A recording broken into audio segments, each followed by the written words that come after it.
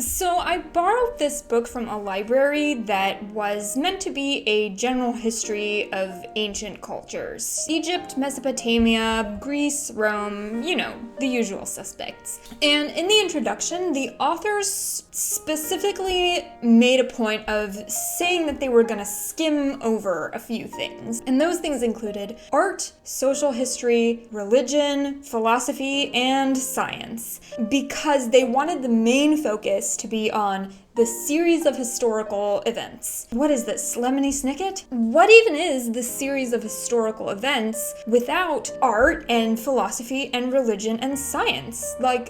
That is history. That's the world. Those are all the things that provide context and breathe life into the narrative that you're making. I mean, come on. Needless to say, I never finished that book. But a little earlier, I had finished a general history of Japan, which presented a very similar story. The story was about rulers and wars and political change, but it contained very little about culture or ideology or science or thought, which once again just wants to make me scream, "Hello, you're leaving out the best parts." You're leaving out everything that can help us understand what the people of the past were actually like beyond whatever their governments were doing. I don't know what it's like where you guys are from, but for me, I definitely recognize this pattern from high school history classes. The high school version of history is often the history of politics and of war, which rulers are rising and falling, and which battles and which dynasties are influencing people's lives. Of course, there's nothing wrong with this in and of itself. I'm definitely not saying that it's unimportant, but when we're choosing which parts of history to leave in and which ones to leave out, this approach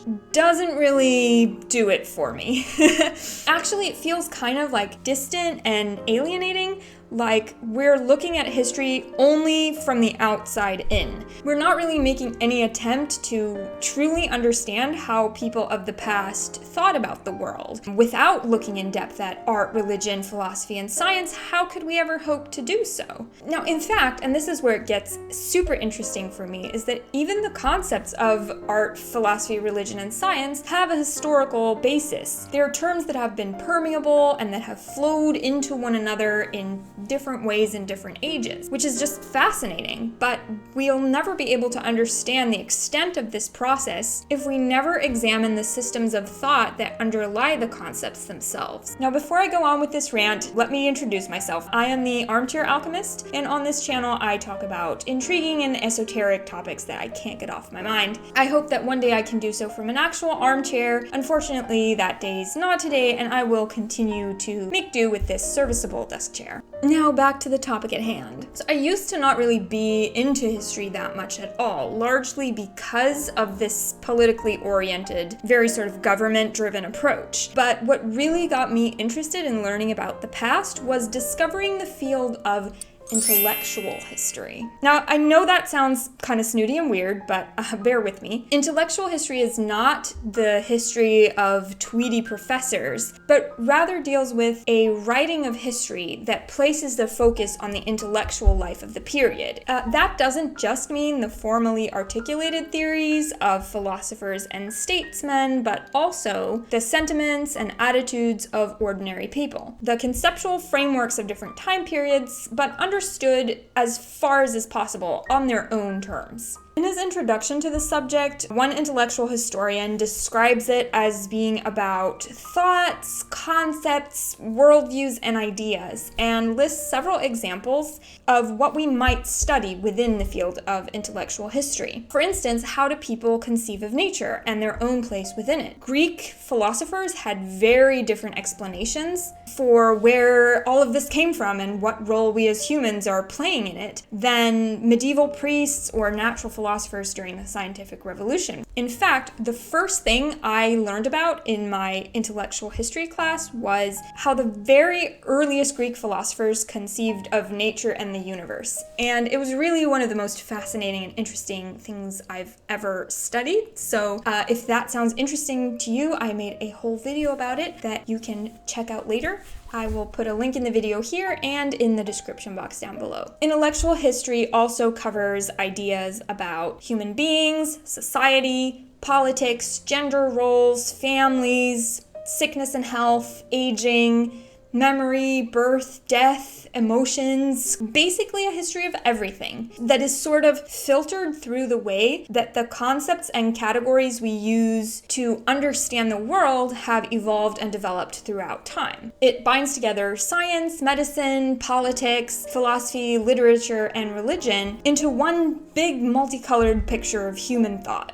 This kind of breadth and interdisciplinarity really gets me going, and I talk more about that in my video about polymath, so I'll pop a link to that as well here in the video and also in the description box down below. Intellectual history sometimes even becomes a history of history itself, or of historiography, to be more precise. When I was reading a book about Western intellectual history in the 19th and 20th centuries, the author Gunnar Eriksson states that the historiography of the 1800s was deeply influenced by the prevalence of nationalism during this period. So as a result, many historians chose political life as manifested through diplomacy, wars, and parliamentary games both within and between nations as the sole object of their historical study, while financial, social, scientific, and intellectual developments were considered secondary. Eriksson writes that the history books that are used in Swedish schools are still affected by this inherited idea that history is more or less synonymous with the history of the nation state. And if other aspects are included, they're relegated to sort of fine print or to the paragraphs that your teacher tells you it's fine to skip, which was basically exactly what that book about ancient history that I mentioned at the beginning was saying in its introduction. And saying that about everything outside of rulers and politics is, I don't know, it doesn't work for me. And so the more I was reading about this, the more it seemed like I wasn't imagining things. The critic Stefan Collini writes in an essay about intellectual history, the long dominance of the historical profession by political historians tended to breed an unspoken belief that power and its exercise was what mattered. The legacy of this prejudice is still discernible in the tendency in some quarters to require ideas to have influenced the political elite before they can be deemed worthy of historical attention, as though there were some reason why the history of art or of science, of philosophy, or of literature were somehow of less interest and significance than the histories of policies and parliaments. Go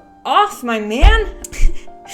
So even the origins of my annoyance with mainstream history writing could be uncovered through the study of intellectual history. It's like the more I read about it, the deeper my understanding of why things are the way they are gets. I'm starting to uncover connections and reasons for all kinds of things that I encounter in my daily life. It's been a super satisfying area of study, and I can't recommend it enough for anyone who wants to more deeply understand the world around us.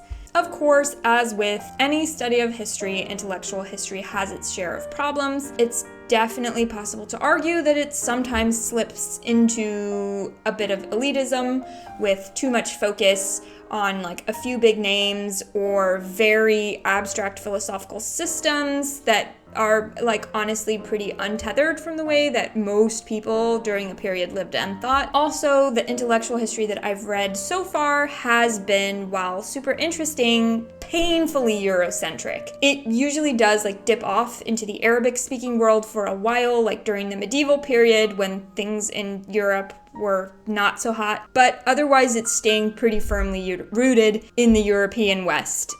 It's almost as if everybody feels so out of their depth outside the traditional Western sphere that they don't even bother going anywhere else, which is a real shame because there's, the whole rest of the world out there. I have heard that things are changing more in recent scholarship with post-colonial perspectives being applied to the field and so on, but it still hasn't really spilled over into the canon of the subject, if that makes sense. I did get my hands on a book about the intellectual history of Islam, which was jointly written by an intellectual historian and a professor of Islamic theology, which I thought was an awesome idea. I'd love to see more sort of collaborative works like this that are bringing more traditions and more parts of the world into the field of study. And my journey is basically just starting, so if you know of any obvious books or must-reads that I'm missing out on here, then feel free to drop recommendations in the comment section. discussion. I'm always excited to broaden my views and take in new perspectives, so I'd super duper appreciate that. If you want to get started learning about some intellectual history, unfortunately, most of the books that I've read are not in English, but I can definitely recommend checking out the very short introduction to the scientific revolution. It has some really fascinating information in it. Also, reading anything about pre-Socratic philosophy, of course, or